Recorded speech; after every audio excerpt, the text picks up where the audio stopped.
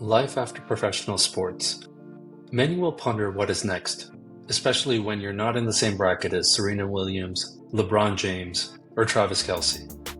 We also would not equate a personality in such a rough sport like football to have a deep connection and curiosity as to what makes us better humans.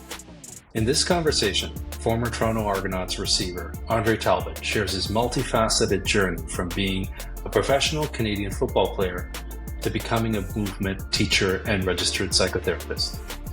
We talk about the unique aspects of Canadian football, the importance of community and movement in modern society, and the evolution of the studio created by Andre and his wife Catalina, Loft Movement Center in Toronto, Ontario.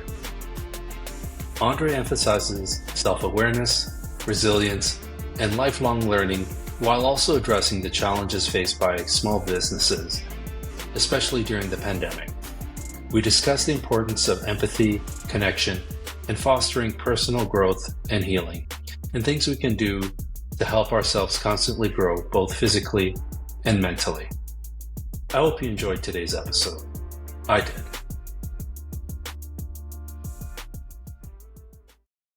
So, Andre, how would you describe who you are and what it is you do for people? So I guess one part of who I am in the world right now is a studio owner, studio director of Spirit Loft Movement Center. And within that, I hold other roles, and I'm a movement teacher. I'm a mindfulness facilitator. And in those roles, I work with people one-on-one or individually, but I also facilitate group practice.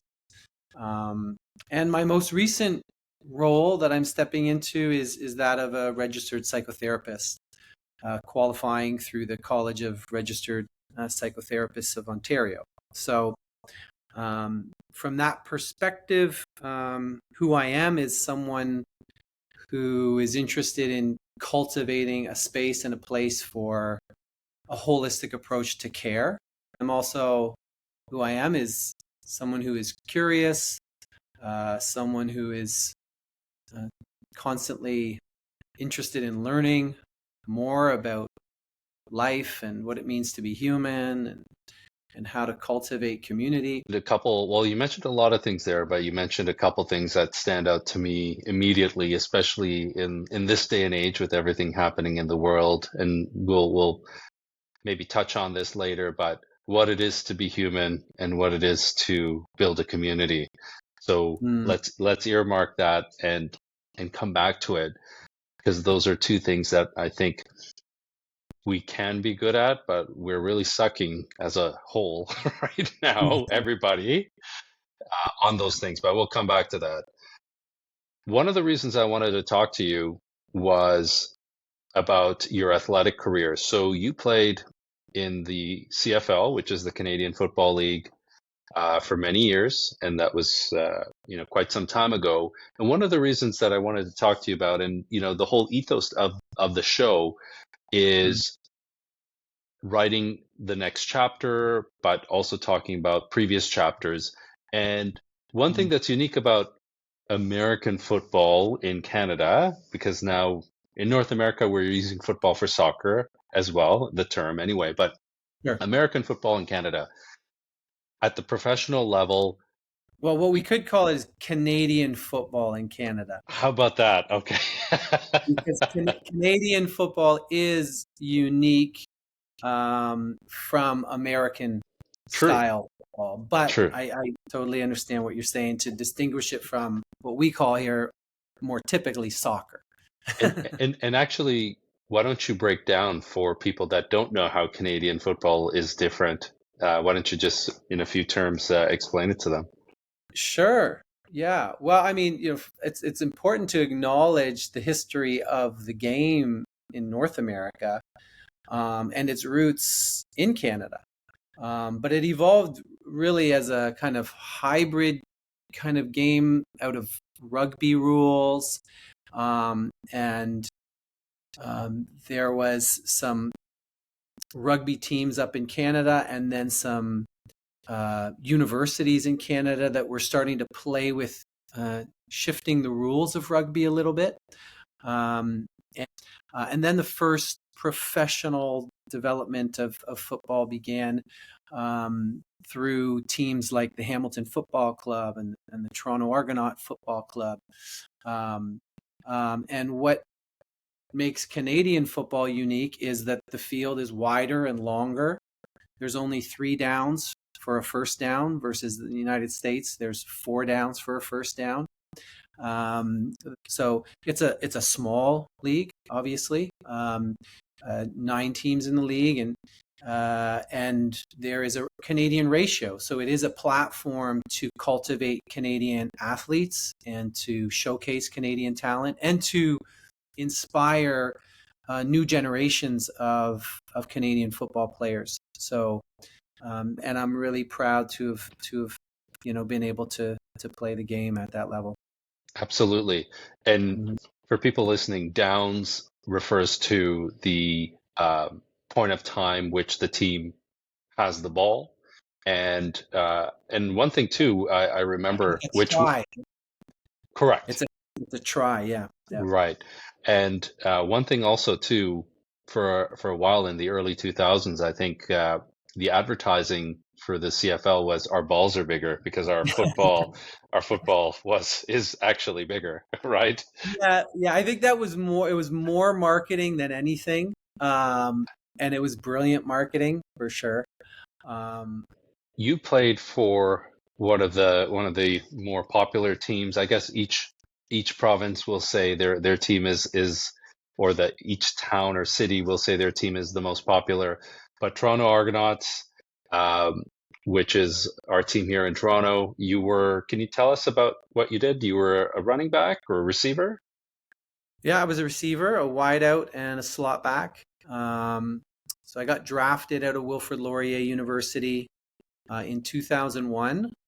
And, this was a goal of mine in university to try and get a shot to play at the next level. And yeah, I mean, I'm Toronto born, spent most of my life in Toronto. So it was a childhood dream come true for me. And yeah, I mean, the rich history of Toronto Argonauts football is incredible.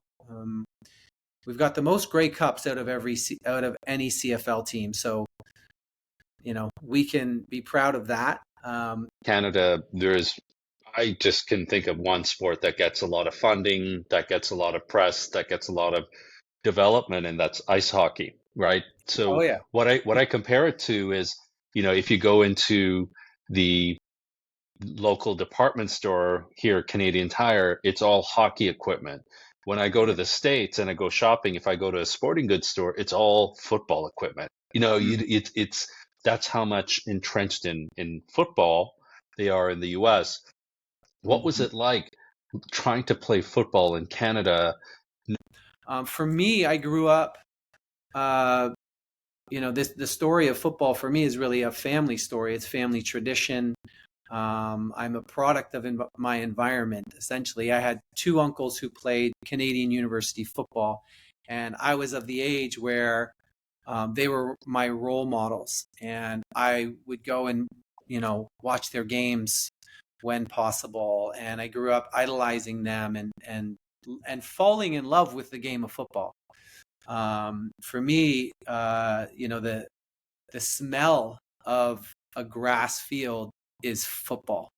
Um, the season of fall, which is typically high school football season and college university football season, the season of fall smells and feels like football to me. So I just grew up with steeped in the tradition of football through my family experiences, and I was lucky enough to have opportunity to play at a high school that had a great football program, Paul Dwyer in Oshawa, and I was coached by my uncle there. And so he really, seeped me in the game and taught me everything I knew at that time about the game. And then, I followed in his footsteps. My uncle Mike Wilson was a Hall of Fame quarterback at Wilfrid Laurier University. Shout out to the Golden Hawks. Currently number 1 in the nation, undefeated in their season, ranked number 1 in Nice. Canada right now. So I followed in his footsteps and went there to Wilfrid Laurier. And again, that's a university that has a rich football tradition. Yeah, so playing there allowed me to be steeped in another rich tradition of football and a football family. And so football was also always something that gave me a sense of direction, a focus, a kind of groundedness. It kept me in school. It allowed me to think beyond the present moment and set goals for myself in the future. Absolutely. And you got to play with some of the greats, right? You got to play with Mike Pinball Clemens. Did you get to play with Rocket Ishmael and No, well, I mean, the interesting thing about Pinball Clemens, Michael Pinball Clemens was my coach. awesome? Yeah, so for a number of years. So that was amazing. Amazing man, amazing coach, inspiring leader. And he really, great thing about him is he really cared about the athletes. He cared about us as human beings. And he taught us lessons. He came in every week, he would come in and he would do a kind of life lesson speech. That'd be the first thing that would set off every week, a 20-minute, talk about life, about, well-being, about finances, about relationships, about spirituality, so it was like a really rich place to for me as a young adult to develop, and to have someone like that who really deeply cared about fostering young men into good men, so I've, yeah. I've met him a few times. He's actually one of my friends and neighbors. I've met him a few times in different circles. He definitely gets around. Yeah. He is a very inspiring leader, and definitely young men in a professional sport at that stage in their life need role models like that. One of the things that actually impressed me about him is how he talks about his wife. So if you think about it, what is the point in time where a man, we love our wives and we will continue to love them, but that point in time where a man is bursting with excitement is that wedding day, right? And of course, your wife on your wedding day is the bride. To this day, I don't know how many years he's been married, but to this day, when he talks about his wife, and I've been on some calls with him as well as part of a men's group, and he doesn't call her his wife. He says my bride. He refers to her as my bride, culminating that to this day, that excitement, that pinnacle of when when a Yeah, yeah, man, yeah. is in union with his spouse, he has that excitement, and it's just so wonderful to see, and the energy that he has. So, would have Hmm. been a privilege to work with him. When you were in the CFL, and you're playing all these games, did you ever think about what was next? So you talked about goal setting. Did you ever think one day this is going to be done, what am I going to do next? And how did you get into, first it was the yoga studio, we'll get into the movement lab, but first it was more of a yoga studio, right? That's right. Yeah. Yeah, well, I mean, and actually this harkens back to a lesson taught to us by Pinball. um I remember it clearly when he, in one of his speeches, said, look, the average length of a professional football career is about 3 years. Think Wow. about that for a moment, right? It doesn't matter what league you play in, what kind of contract you've signed, doesn't matter where in the world you're playing. If the average professional football career is about 3 years, you better think about your life after football. Um, so, and particular in the CFL, because you're making a living, you're not making millions of dollars, but it doesn't matter where you would play. So yeah, that was a very interesting lesson, because your life before going pro is all about going pro. You don't get to that level without having a bit of tunnel vision and directing all of your focus and mentality, all of your resources, whether it's, the internal resources or your external supports or even your financial resources, towards that goal. And then you get there and you're told, by the way, most of you will only last about 3 years, whether it's because of injury or coaching decisions or just not being good enough, right? So that's a stark reality. Um, and it's not that much different than hockey. I think the average hockey professional career is about 5 years. I think the average basketball professional career in the NBA is about 4 years. So life after sport goes on. Even if you're somewhat lucky and resilient enough and good enough to carve out a career of 10 years like I did in the CFL, you still have a long life ahead of you. And you're going to need to develop interests and purpose and meaning outside of that game. Now, some guys like to continue to stay in the game and do some coaching, or maybe you're going to the realm of broadcasting. So those are two options. I wasn't interested in coaching because I saw the lifestyle that coaches had to live, and it's brutal.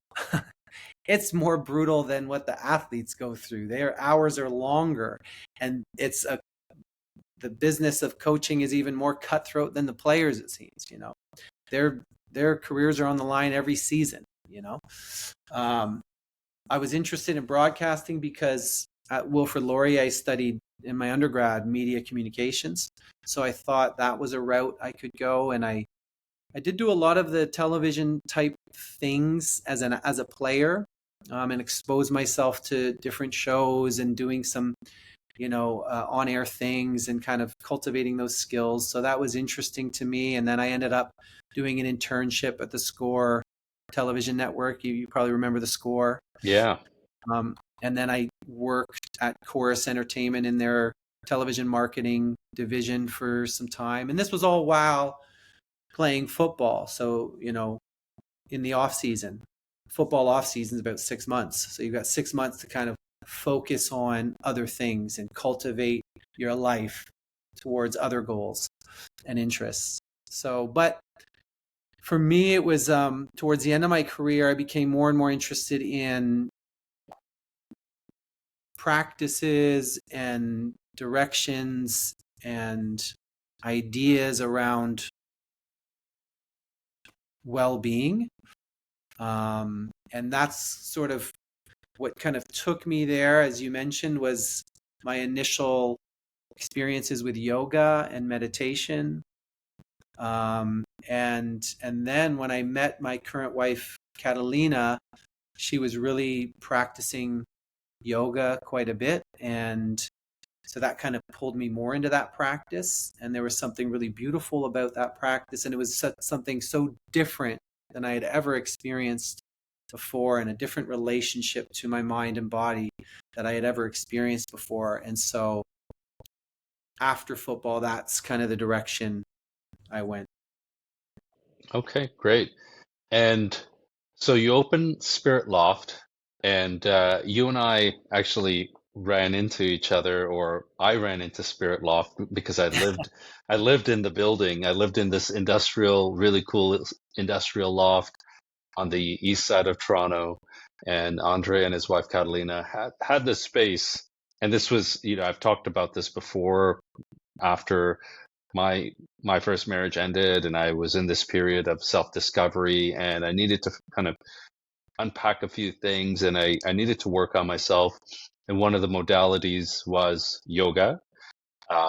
So joining for yoga classes, but then it turned out that Spirit Loft was evolved into so much more. You and I did personal training, and I wish I was still in that shape that I was in when I was working out with you. I remember I deadlifted 368 pounds when we were working together. I can't get close to that. I don't even know if I could do half now, but it evolved into so much more. And I've been to other yoga studios, and they're all great, but Spirit Loft seems to have a different purpose, and it's evolving into not just a place to go and do yoga, but the concept of movement is very important. It's something that as adults we take for granted, the ability for our bodies to move as freely and as strongly as we were as children.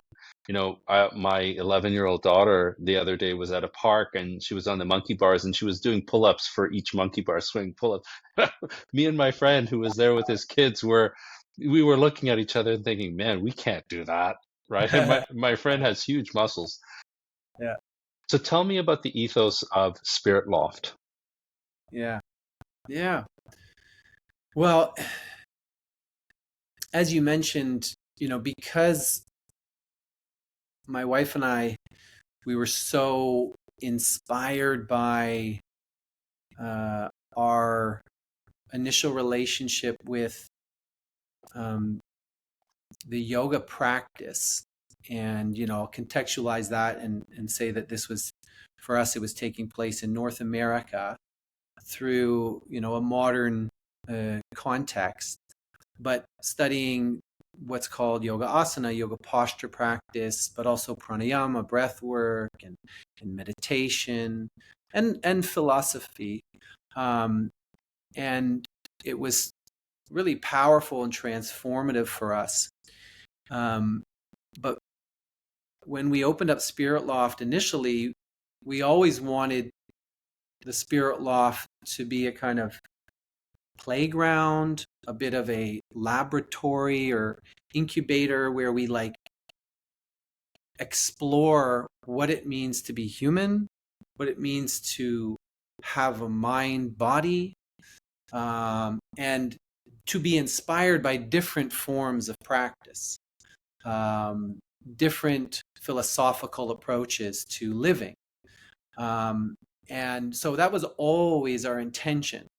But because we had been so influenced by this yoga practice that was very popular at the time when we were practicing a lot, there was, I would say, a lot of influence from that particular style and approach to practice. But over the years, we evolved and remained committed to experimentation with practice and to be ever evolving what we offered at the Spirit Loft. And this is why now we call it the Spirit Loft Movement Center, because what we came to realize is that, it's embodiment and through movement and awareness that is so transformative. It's the postures from a yoga posture practice perspective. There's nothing magical about them. We can hold them lightly. What's most fundamental is movement, and this is true to life, to the cosmos. We can look at it through the lens of physics or biology or philosophy, but life is movement. And the same is true for the human being, evolved and developed through time, through movement. Our brains are the sizes that they are as Homo sapiens in large part because of movement, because of our engagement with the world around us and the necessity to move in complex ways, and also embedded in complex social systems. So what we learned in our evolution is that to explore human movement and embodiment does not require us to be siloed into a particular style or system of practice. And so we were always pushing back against the dogmas of systems, whether, as you mentioned, whether it's like yoga asana system, or whether it's like CrossFit, or whether it's strength and conditioning systems. We're always we're learning from them, and then we're also pushing through the kind of siloed way of thinking about what it means to be human. And the other important thing that we take into mind is the current cultural modern context that we live in. So, hundreds of years ago, or even thousands of years ago, if you look back at hunter-gatherer times of human life, the environment shaped our behavior. So we had to gather, we had to hunt, we had to build, we had to cultivate tools. Movement was just a part of everyday life. We had to search for sources and resources and all of these things. Now we're in a culture that's known at a global level for its inactivity and sedentariness. So we are living in the age of inactivity and sedentariness. And this inactivity and sedentariness has led to what's been referred to as diseases of behavior, meaning our environment is shaping a behavior that is leading to particular diseases like type 2 diabetes, obesity, heart disease, depression, anxiety. So this modern context, which has removed movement, outsourced all movement from our day-to-day life, is leading to these difficult challenges, physical, mental, emotional, health issues.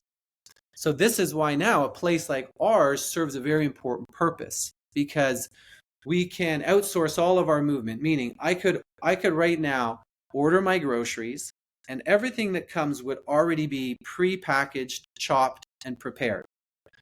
So, I didn't have to go out and source and travel to get my groceries. I don't even have to chop my vegetables. I don't even have to really engage much in the cooking process. So all of that fine motor, all of that engagement, all outsourced. If I want to go and I need to travel to get, if I'm going to go out and get groceries, I'm not going to walk. If I wanted to, I would just get in my car and drive, right? And then so many of our modern work takes place right here on our screens. So we could literally wake up, do our work, have not even left our home, and all of these, things that we need in our life are there at our fingertips. So this has caused the need for places like Spirit Loft, a place where you come in and you are inspired, where you learn, where you cultivate a practice, where you get social connection, where you remember and access what it's like to play, where you learn about what it means to reflect and be contemplative, through meditation or mindfulness or embodiment practices, and where you have physical time to be active, to be engaged. And this is why we are interested in practices that are diverse, that are novel at times, give us novel stimulus, that engage us in ways that provide us strength stimulus or joint health stimulus or functional movement stimulus. So that's the kind of to your question about how we evolve to be this movement place.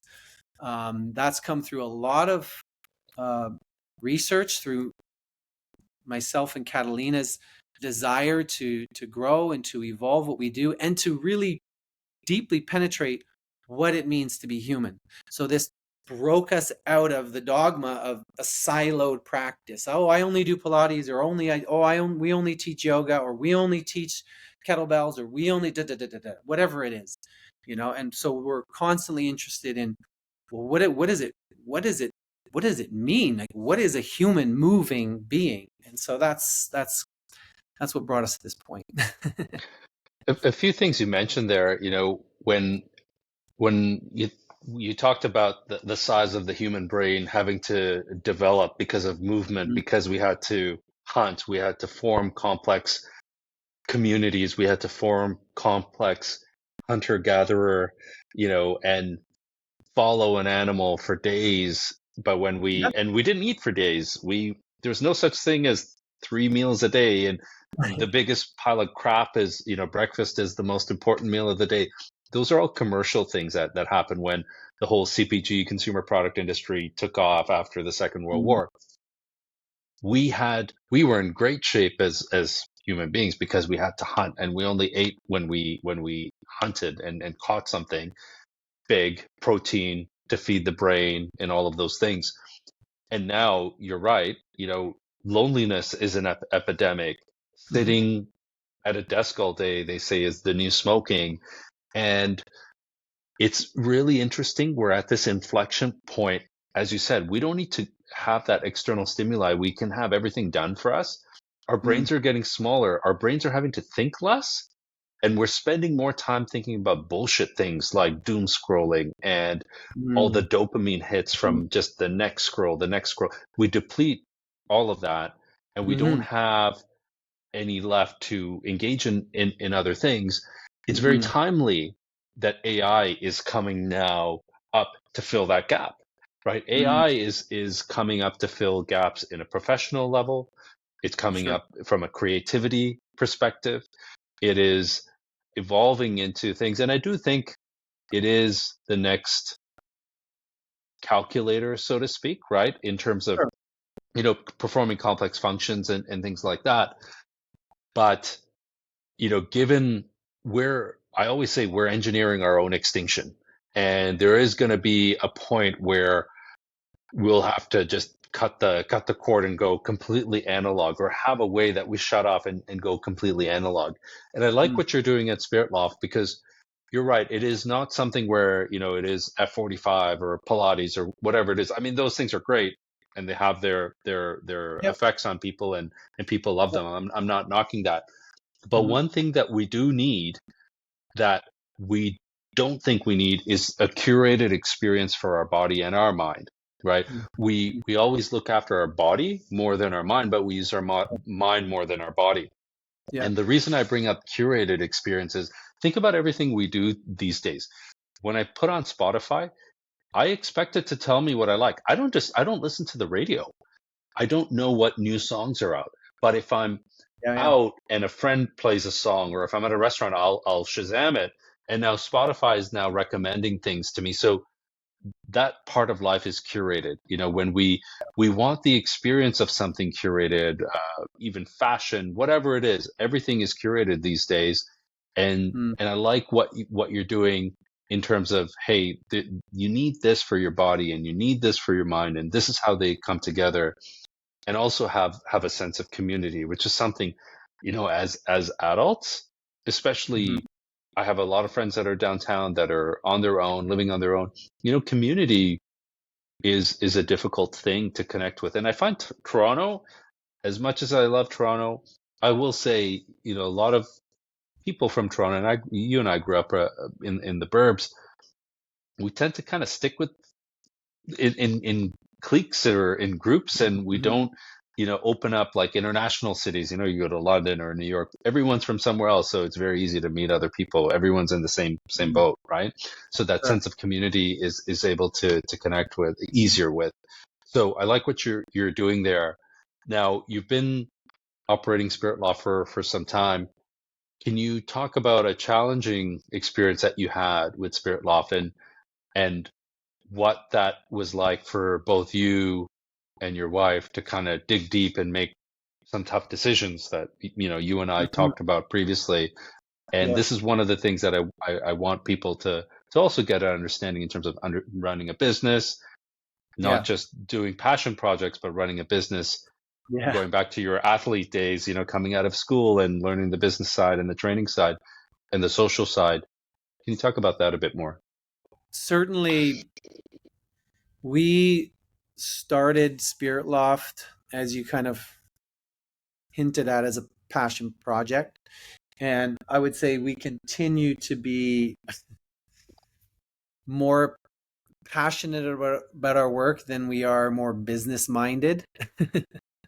And that's just kind of who we are. We're so interested and curious, and we're constantly, you know, trying to look at ways that we can be caring and we can evolve what we do at Spirit Loft. So I would say being an entrepreneur is a constant challenge because you're navigating so many, as a, mom and pop shop. You play so many roles, from communications to marketing to program design, and everything in between. And, you know, in this city, in the city of Toronto, we are at the mercy of, non-merciful landowners, landlords, who constantly just want to increase the leases. So, you work your butt off for 3 to 5 years, and you get to a point where you feel like the business is growing, and you can, you feel good about sort of where you're at.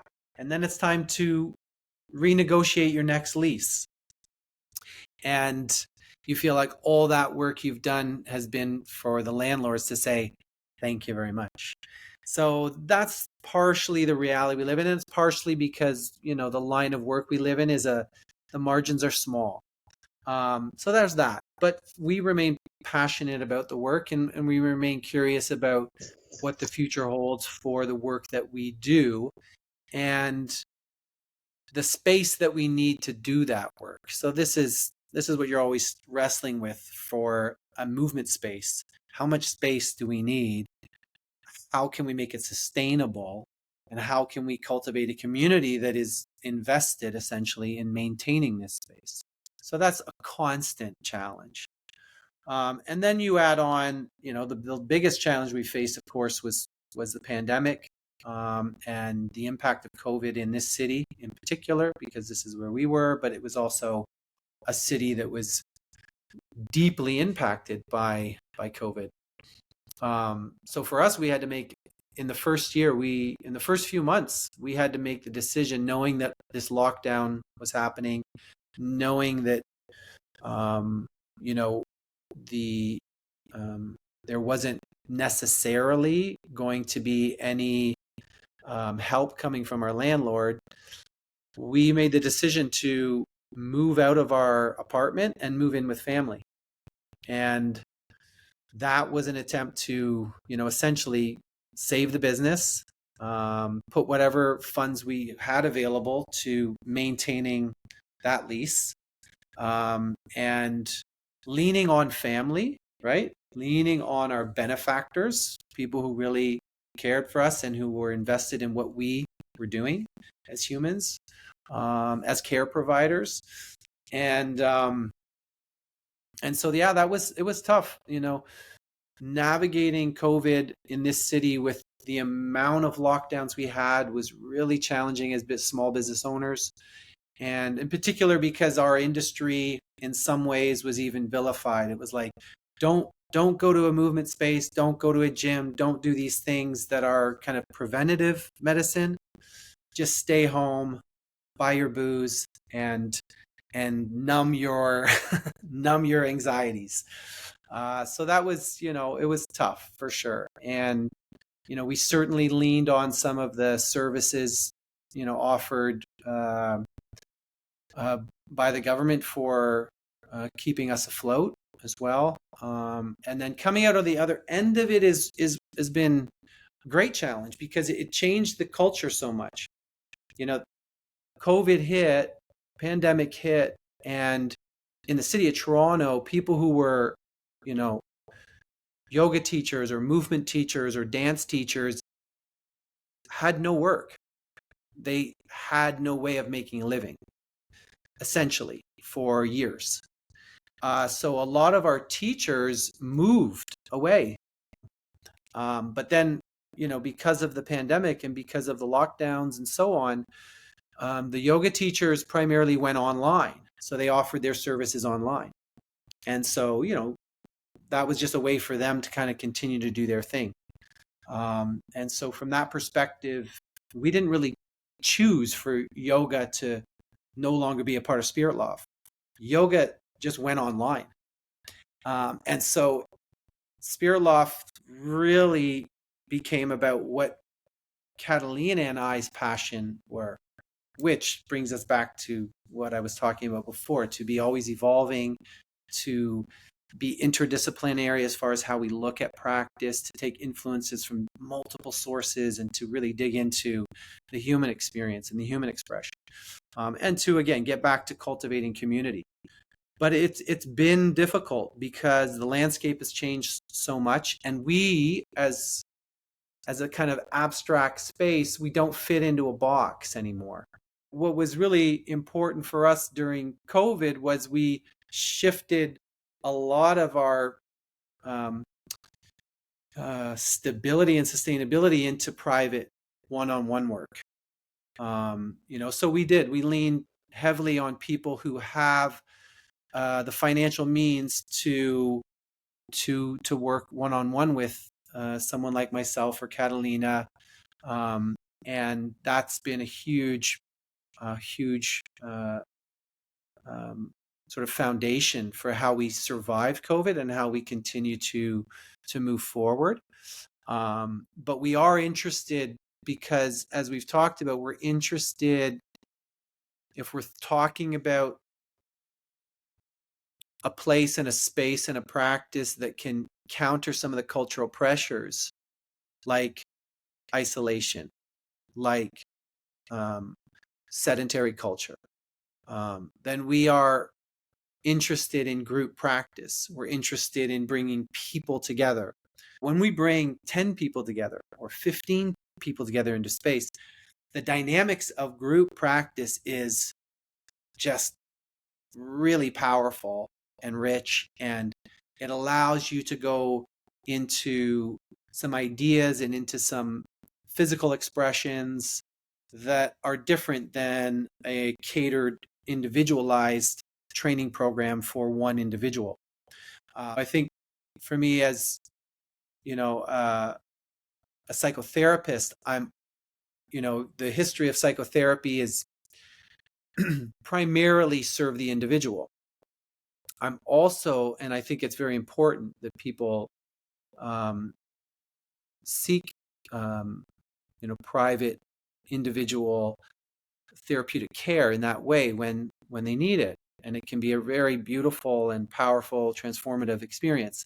But I'm also interested in cultivating for mental health, group space, group work that brings people together, and we can recognize the suffering, not just in ourselves, but that we share the experience of human suffering and that we're not alone in it.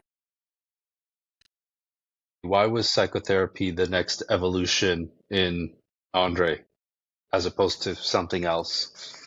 Mm-hmm.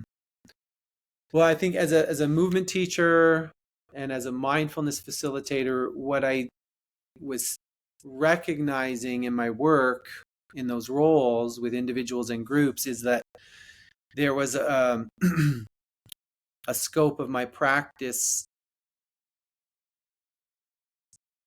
that needed to expand, in the sense that I could, people were struggling with challenges, mental health challenges, emotional challenges, just life transition challenges, loss, things like persistent pain or illness. And I recognize in myself a gap in my education and training in which first of all, it was outside of my scope of practice, but second of all, was like, I don't know, I wouldn't know how to serve the needs of that person at that level. They're coming to me to feel stronger and to connect with their body, which is excellent and great. And then they're also laying on me at times the other challenges that they're having in their life. And I felt like, oh, there's something here that I haven't learned. And I think there's another layer of human experience that I could care for if that person wanted me to offer them care in that way. So anyway, it was one of those things where I started to look around at what programs were available in that kind of line of work, in the mental health space. And I found a program at my alma mater at Wilfrid Laurier, offered through Martin Luther University College, which is a grad school program called Spiritual Care and Psychotherapy, which is a really beautiful program because it has kind of two wings to it. Spiritual care is looking at and investigating wisdom traditions, studying sacred texts, engaging with different spiritual traditions, religious traditions. And then the other wing is that of, Western psychotherapeutic methodology and theory. So to me, that's a very holistic approach to care. And then when I thought about coupling that with my background as a movement teacher and as a mindfulness student and facilitator, I felt like that would provide me um, a lot of good experience, and it felt like the right approach for me. Not all psychotherapy programs have that other aspect embedded within the learning, and so it just really interested me, and it called to me. So yeah, I mean, 1 year into the pandemic, I decided to go to grad school. So that made Hey, that made navigating COVID and the pandemic a little more intense for me, perhaps too. well, I think from a business perspective, it's smart. God forbid there's another pandemic, you can at least practice psychotherapy through, Zoom calls or whatever it is. So in a way, it's a bit of a hedge, right? Yeah, Occupational hedge. So it's you smart. you did. You hit the nail on the head there. Absolutely. Yeah. Yeah. Is there anything you found out about yourself going through this program that you didn't know before? Oh man. Well, this program, and I would say all or most psychotherapy programs, or any psychotherapy program that is um, you know, worth its weight, is rooted in a lot of self-reflection. Um, and because, it requires you to do the internal personal work, so that you can hold space for those who are asking you to help them do their own internal work. So it's a constant growth um, process. Um, and I mean, one of the things that I guess I'm proud of is being able to, at this stage of my life, I'm 46 now, I'm running a business and trying to resurrect it from the fires of the pandemic. And I was able to go through, 3+ years of grad school and do it at a very high level that I'm proud of. And so that's to me, it's a reminder that we don't,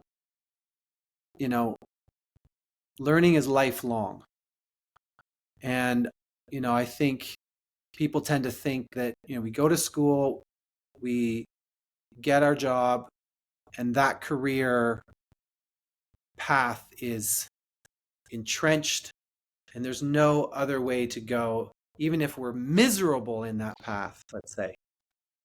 And I would say, we can look at life, I look at life through a kind of stages, through a developmental lens, in the sense that our entire lifespan is development. Human development is lifespan. That means even in midlife, even in old age, we don't think about it. I don't think about it. Catalina doesn't think about it. We don't think about it from a place of like decline. There's certain things that sure are changing, like my tendons aren't as elastic as they were when I was 20. Sure. But at mid-age, I'm developing in different ways. As I get older, I am developing in different ways, spiritual ways, emotional ways, cognitive ways. I'm, accumulating more knowledge. I'm learning more about myself and the world. And I wouldn't give that up for the elasticity that my hamstrings and tendons had in my 20s. For no way, I would not give it up to be bouncy again. I'm going to try and maintain my bounciness for as long as I can. But I'm okay that there's a decline there physically, because I am so immersed in the learning path of life. And so, I think for anyone who feels kind of like stuck, we can expand ourselves. We can transform ourselves through our entire lifespan. We're changing, we're evolving, we're growing.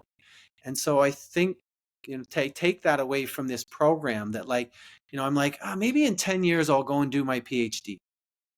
Or maybe I'll wait till I'm 60 to do my PhD. I don't know. right now I'm kind of burnt out from school. So I need to just focus on how to apply this integrated knowledge into my professional work now. But in 10 years from now, I'll have done that and I probably feel like, oh, I'm doing this very well. And now's the time to take it to another level. So like this idea that you got to go undergrad, grad school, PhD, or undergrad to your career path, or high school into a trade or whatever. It's like, to me, what I take away from it is constant growth, constant learning, constant curiosity, and through the lifespan, through the entire lifespan. I was inspired to hear there was a man who he was in his, I think he was, I'm trying to remember his age. I think he was around 70. And he had developed a form of dementia, early onset dementia. And he knew through his research of how dementia can develop, he knew that by keeping himself in learning, in challenging his brain and his capacity to be in situations that require adaptation, he knew that if he was to immerse himself in rich environments, that dementia would not progress too quickly. There's a shot that he can keep it very low level, for longer periods of time, versus shutting down, isolating, and being rooted perhaps in fear. And so what did he do? He one of the things he did is he enrolled in grad school, and this is at like 70 years old. And to me, that was just like, I was at the same time in grad school when I heard this interview on CBC, and I was like, I love it. I love that idea, and it's not because he has some end goal that he's trying to attain, some accreditation that makes him more money or whatever. It's because he wanted to he wanted to immerse himself in rich learning environments, in rich social environments, in rich intellectual environments. And one thing that came to mind, I mean, you hit on a lot of things that I agree with. The one thing that I always think about, and the thing that I've learned in time and as I've gotten older, is awareness and self-awareness.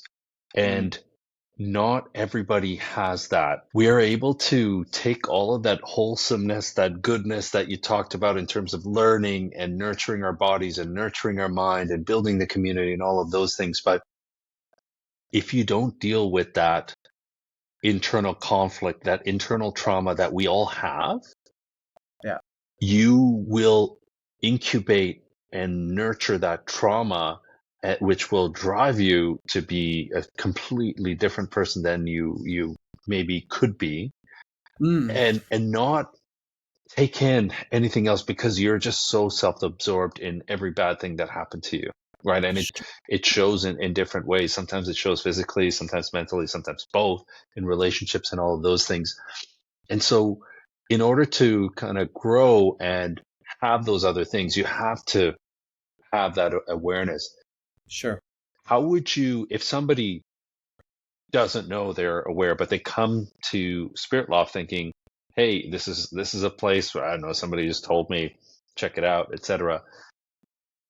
How would you approach that person now, going through psychotherapy, graduating grad school, and everything you've done in the last 14 years of your business and learning human behavior? You're saying a person who is sort of lacking that self-awareness. Yeah, they're physically there. They don't know why they're there, but Okay. that beyond Sure. why they think they're there, maybe they're there because of a friend or to get in shape or all of these things, but Sure. there is something else there. And not to say that you need to approach that person, but if the opportunity was there. We tend to think of how we approach everyone is trying to be rooted in, empathy, compassion, and trying to cultivate a space that allows any person or group of people to become more self-aware. And that's forged through practice. And this is why we use particular approaches to practice, whether they are self-attunement practices. This is when we're really paying attention to our own body through physical movement, but also through felt sense, through what I'm feeling proprioceptively and also interoceptively. So a self-attunement practice. That brings me into contact with what I'm feeling at a sensory level, at an emotional level, right? And also what the state of my mind is. So, the container of a practice space, right? Time and place, and the offering of a practice that allows someone to feel and connect with themselves in the moment becomes the impetus for self-awareness, because they can feel the tension that they've been ignoring, right? Because they can sense the emotion coming up through their gut or felt in their heart or throat or face. And they're being held by the container of the practice. They're being held by the empathic connection offered by the group or the caregiver, the teacher or facilitator or therapist. So to me, that's the impetus, that's the seed where self-awareness grows from, through felt sense, through empathic attunement, and through self-attunement, tuning to my own present moment experience. That's not always comfortable. It can be very uncomfortable. But then we grow by being able to at least note what we're feeling and note what we're experiencing, and to not just be running away from it or pushing it down or ignoring it or running on these kind of autopilot modes. Most of what we do as humans day to day is through unconscious processes. 90% of our, processing of information and our day-to-day functioning is happening through unconscious processes, right? So we bring this conscious awareness forward, and we can only pay attention to so much. There's something like 20 million bits of information coming into our sensorium every moment, running through the sensorium every moment, 20 billion bits of information, right? Data points, sensory points, every moment. And we can only pay attention to, neuroscience guesstimates around 20 bits of this information. That's what conscious awareness can pay attention to. So,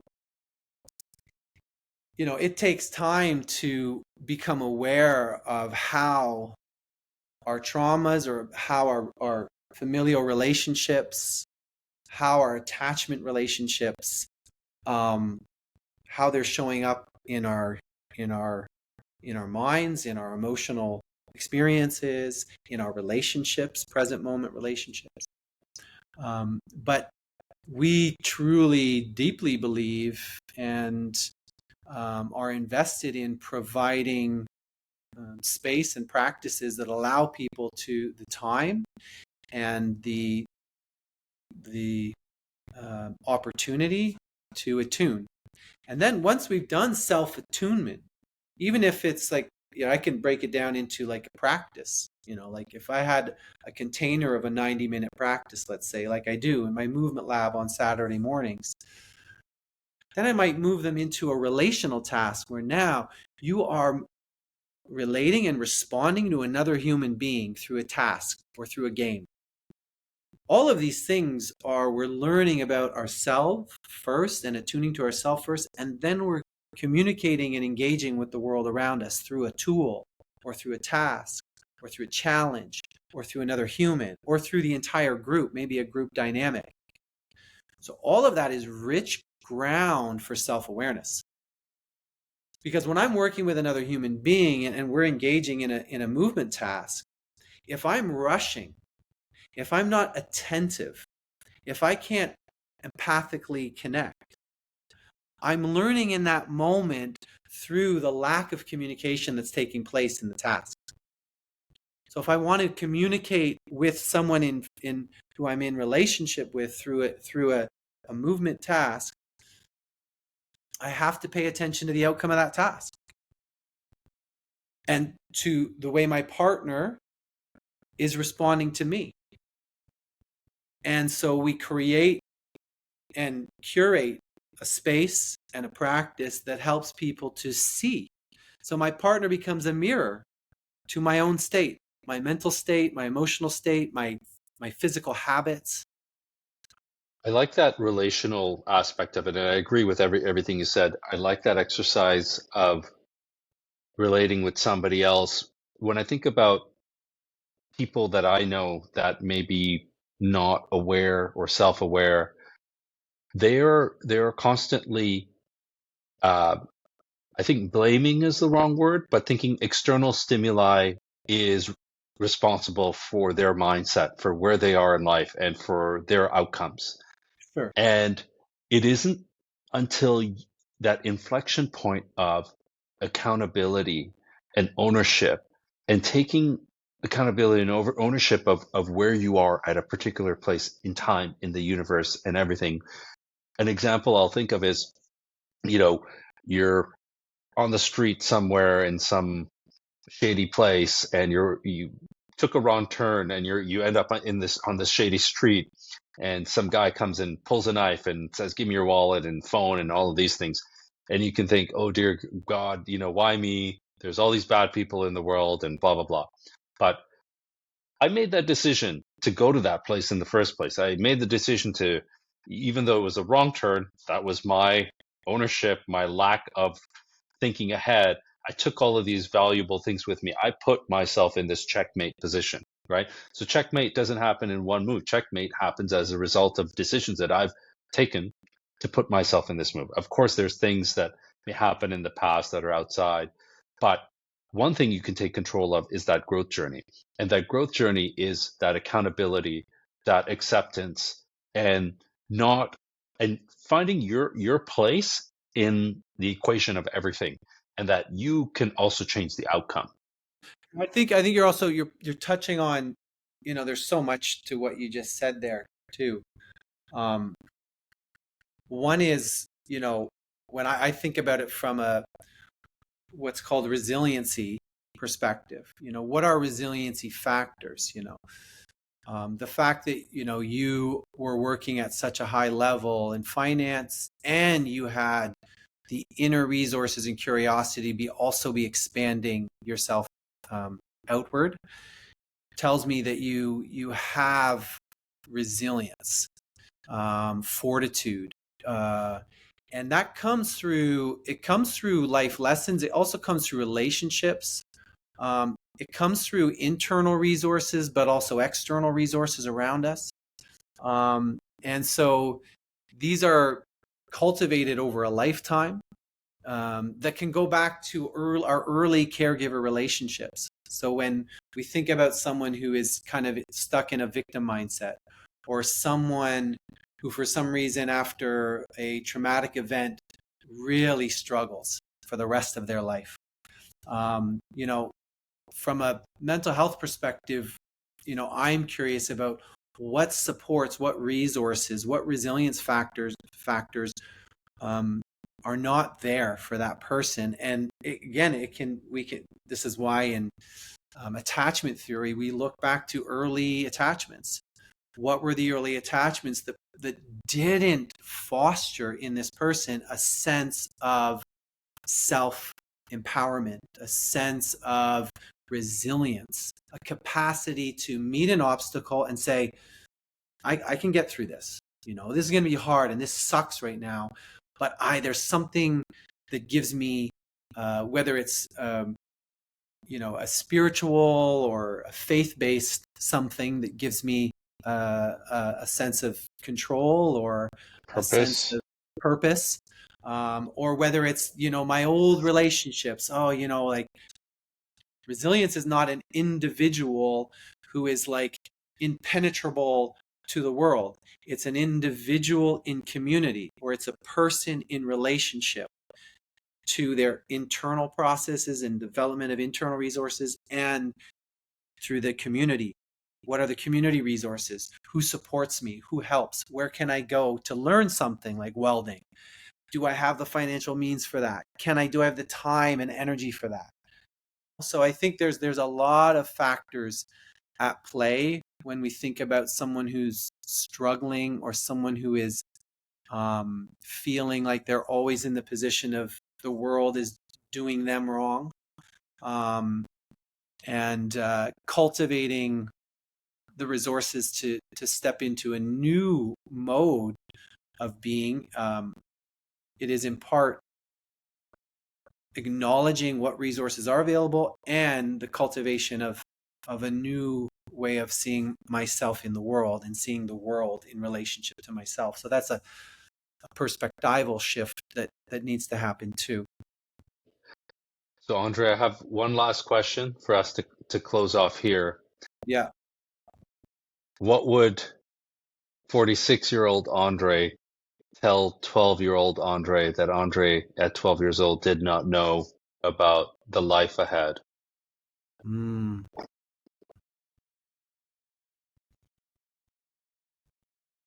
It's a question we can all ponder from time to time. And I think the answer for me changes from time to time too. It wouldn't be buy Apple and Microsoft stock. I wish I did. Yeah. There's that. There's that for sure.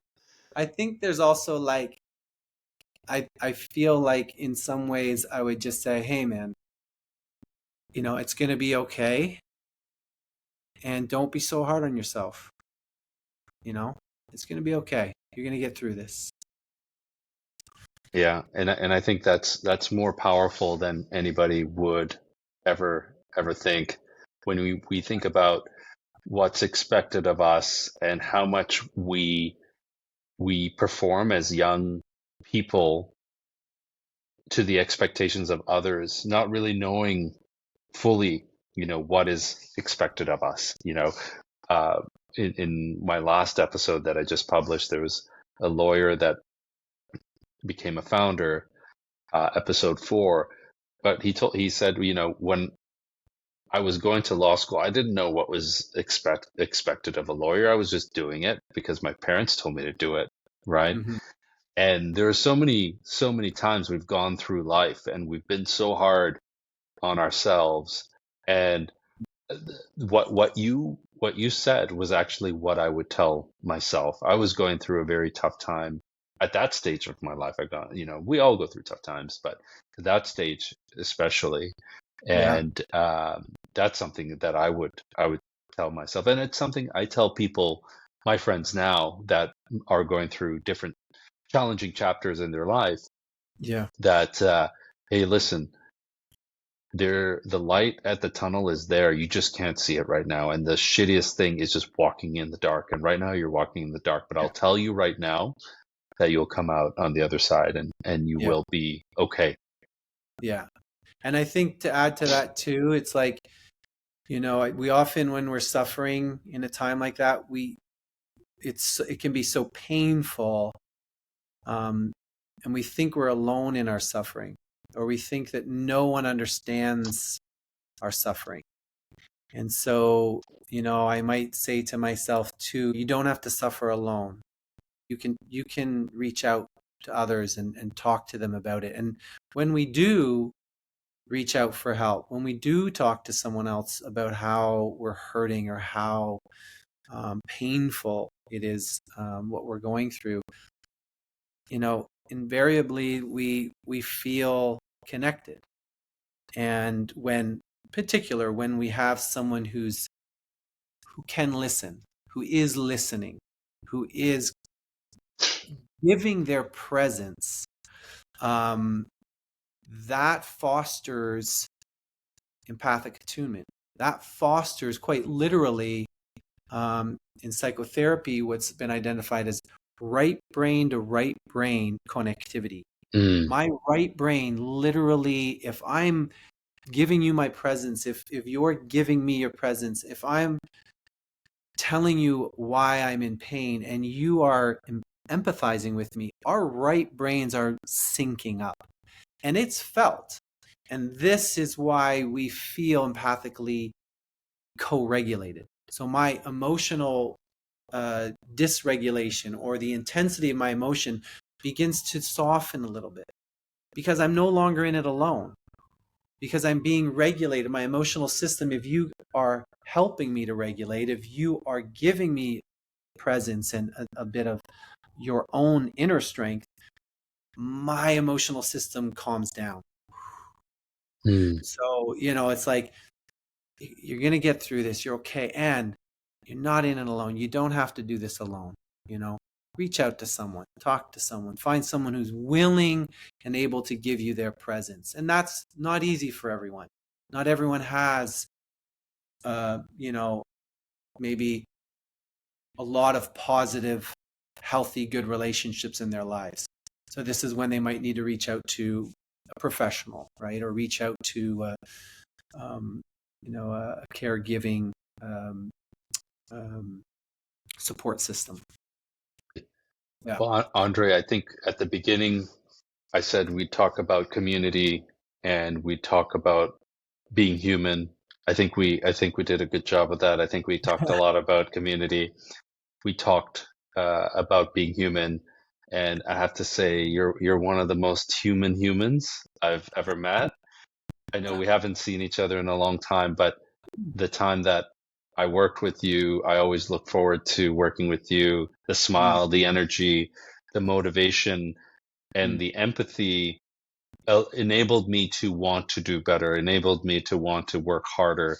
And so I want to thank you for joining me today. I think we had a great chat. And I look forward to now, after talking to you, I want to come see you. I want to maybe do a class at Spirit Loft and see the old digs again. But Yeah. I really appreciate you joining me today. Thank you for joining us on My Life After with me, Steve Joseph. Life after professional sports is a journey filled with growth, self-discovery, and transformation. As we heard today from Andre Talbot, stepping off the field doesn't mean leaving the game. It means redefining it. From the unique world of Canadian football to the community-driven Spirit Loft Movement Center, Andre's story reminds us that resilience, empathy, and a commitment to lifelong learning are what truly define greatness. Stay tuned for more inspiring conversations where we explore the paths of remarkable individuals who continue to evolve, inspire, and connect. Until next time, keep growing, keep moving, and keep striving to be the best version of yourself. This episode was brought to you by Heal3, a curated wellness solution for your employees' well-being.